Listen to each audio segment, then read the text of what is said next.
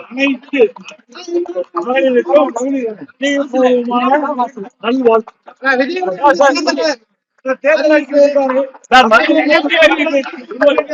ஒவ்வொரு கட்சியும் இந்த கட்சியின் சார்பா தேர்தல் அறிக்கை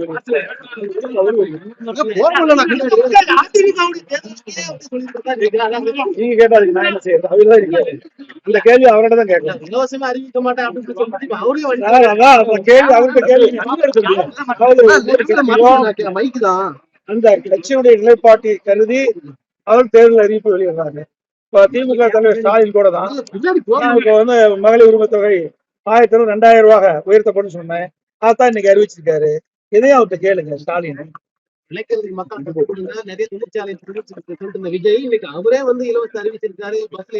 அவரை கேளுங்க.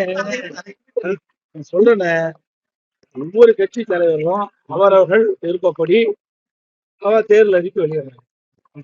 அந்த அடிப்படையில் அவர்கள் வெளியிட்டிருக்காங்க. இந்த கேள்வியை அவரை தான் நீ கேட்கணும். அறிவிப்பு இல்லையா?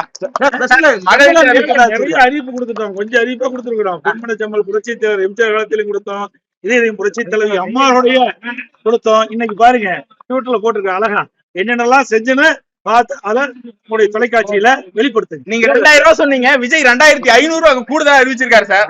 நான் சொல்றேன், நான் ஆரம்பத்திலே சொல்லியிருக்கேன், ஒவ்வொரு கட்சியும் தேர்தல் நேரத்துல அந்த கட்சியினுடைய தலைமை அறிவிப்பு வெளியிடுறது.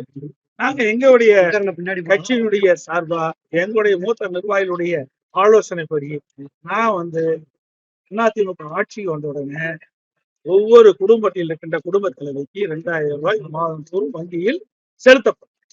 அதே போல இன்னைக்கு அம்மா இருசக்கர வாகனம் அம்மா அறிவிச்சாங்க, திமுக ஆட்சியில் நிறுத்தப்பட்டிருக்கு. மீண்டும் அதிமுக ஆட்சிக்கு வந்த உடனே ஒவ்வொரு அம்மா இருசக்கர வாகனத்துக்கு மகளிருக்கு 25,000 மானியம் கிடைக்கும். 5 லட்சம் பேருக்கு